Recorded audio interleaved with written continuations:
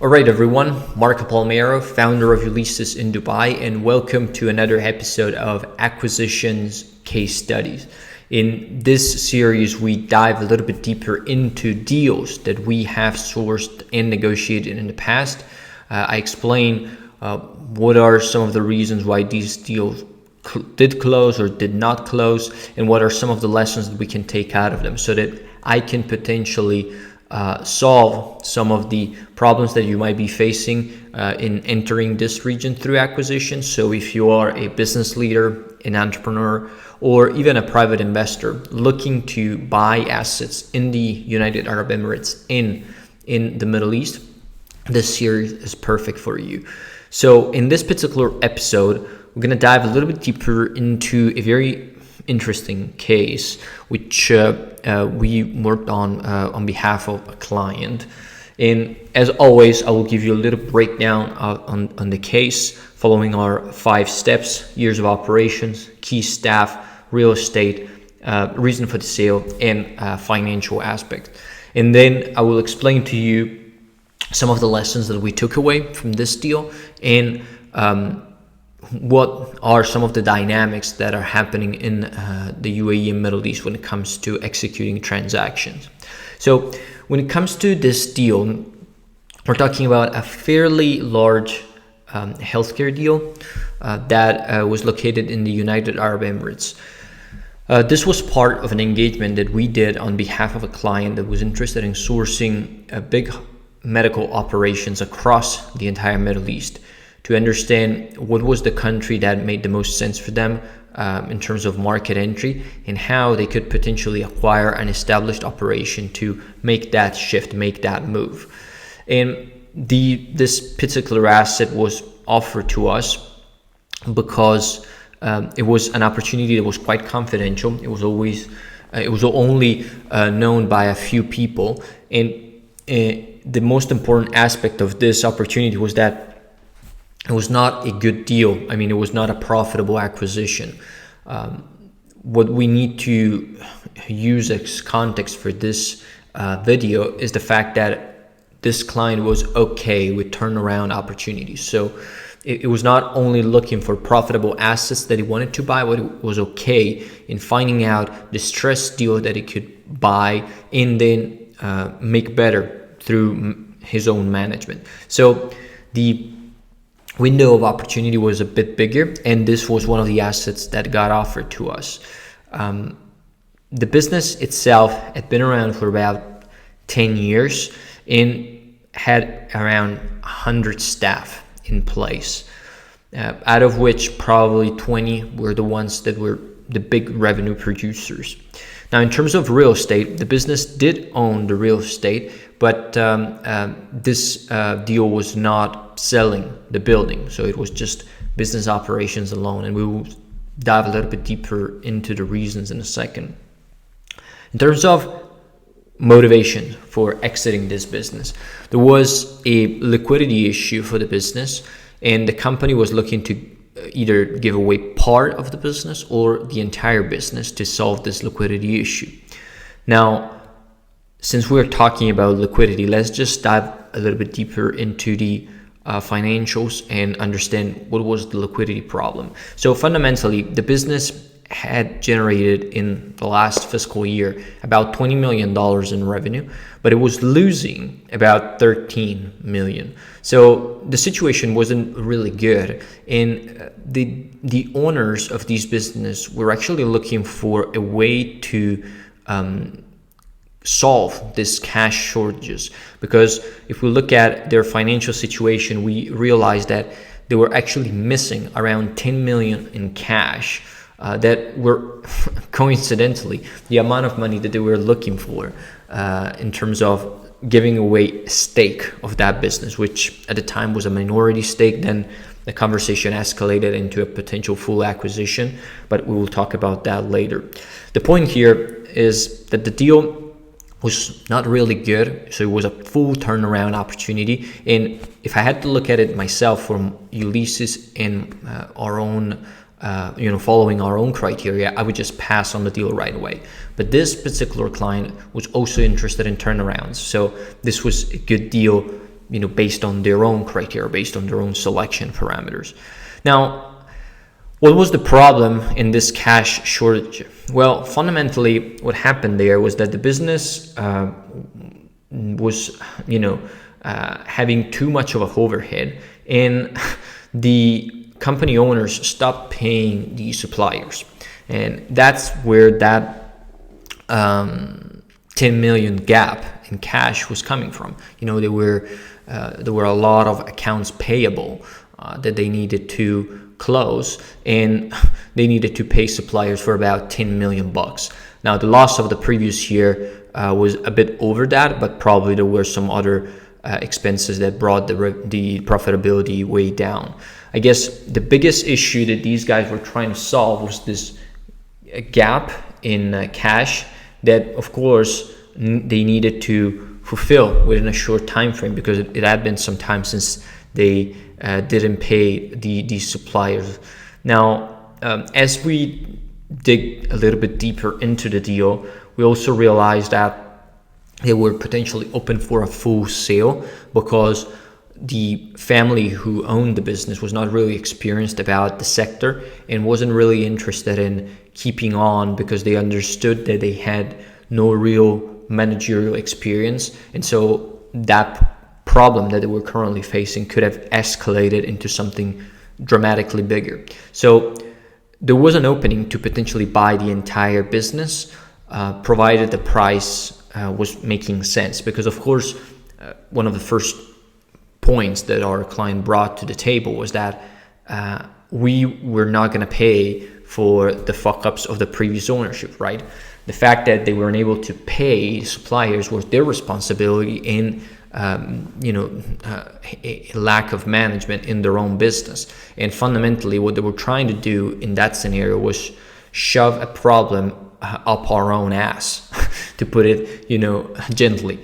And the fact was, okay, we fucked up this situation. Now let's find an investor who's going to take a stake in this thing and give us the cash we need to continue running the business and solve this painful problem that we got.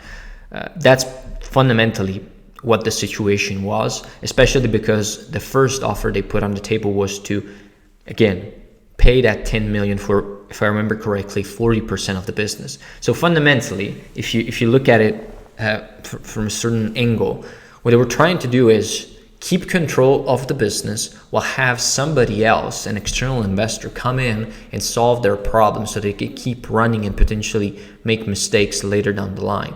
And God knows, maybe they would have used that new investor to solve other painful problems they might have had. And so that immediately sounded like a pretty tricky situation, which of course our client didn't want to get involved in. And they said, okay, if there is a turnaround situation, which is fine to us, we will be happy to look at it, but we need to buy it all and take control over it. Now, then that's when the negotiation really started around what the price was and all these sorts of things, and the fact that most of the cash shortage that these guys were facing, our client was not going to pay, of course.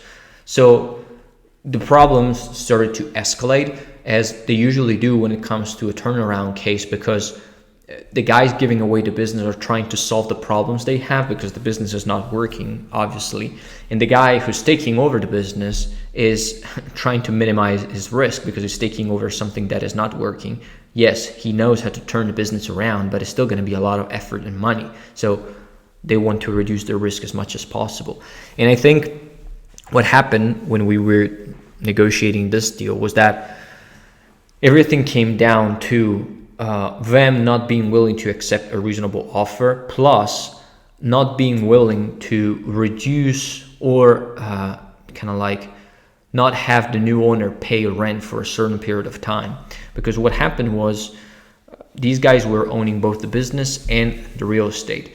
And the moment we started talking about owning the business 100%, they started discussing how the rent was going to increase under new management. Because of course, as of that day, they weren't paying any rent because they owned the building themselves. They might have paid themselves a little bit of small amount of rent, which wasn't really the reflection of how much the rent should be for that particular building. So as you can see, problems quickly escalated because not only they asked for much more money than they could expect for that business, but also they put another expense on top of it that would have affected the business performance in the subsequent years. So everything became very tricky, and the guys didn't appear to be comfortable in lowering that offer. So our clients just said, okay, fine, let's just pass on this. But I think the important aspect of this transaction is not really the last part and the problems that came out once we started talking about 100% acquisition, but they're more around the fact that many times owners will try to shove their business onto the sellers. Many sellers will try to shove their business up to the buyers just because they have some tricky thing that they're not able to solve, and they hope this guy will come in and be kind of like the panacea to all their problems. And they are fundamentally trying to get rid of an issue with a transaction. And that is the worst situation you can really be in, because that means that, one, you're taking over problems, which is always very not ideal. And also there might be other problems that he didn't mention to you. That might be just the main one. And so my experience has been is that when I see owners interacting that way, I generally back off immediately, because I know that no good news are gonna happen later down the line. Of course, this was a little bit of a different situation because our client was looking for turnarounds, and so he was quite comfortable with the idea that these businesses were ideally not so good and there was work that they needed to do. But of course, everything has a limit, right? When a guy tells you that he wants you to fundamentally be his bank account to solve a problem they had, which was not paying the suppliers, that becomes a very difficult conversation. So it's not a problem that it's internal to the business. It's simply that you didn't do your math right and now you're not paying people. So I think that was kind of like the key lesson that I took away from this deal. The fact that when people try to shove their problems up to you, chances are the deal is going to get more complicated than it is, and more problems are going to come out afterwards. So if you ever happen to look at turnaround opportunities, be aware of that. Of course, every seller will always try to paint a glossy picture. The business is always better than it looks. It has a lot of potential and a lot of things can happen in the future. The projections are solid and all these fancy words, but the reality of it is that the numbers don't lie. And in this particular case, the situation was quite evident. There was a problem. It was a problem they needed to solve by injecting their own money to fix the issue. And then the conversation might have happened in terms of how can we buy a business that is fundamentally breaking even or losing a bit of money. So that was basically it for the transaction. And of course, our client didn't pursue it. And we moved on to much better deals that were more suitable to their needs. By the way, if you're interested in sourcing deal flow in the UAE or Middle East and you want support for somebody that can find off-market opportunities independently of them being profitable or unprofitable, that's up to you. You can check out the forms below. We only take on a few engagements per month. Generally, it's 3-4 per quarter. But provided we have slots available, we'll be happy to see how we can help you enter the region, sourcing profitable deals, turnaround cases. That doesn't really matter. Our network of deals is pretty strong. So that is pretty much it for this episode, and I'll see you in the next one.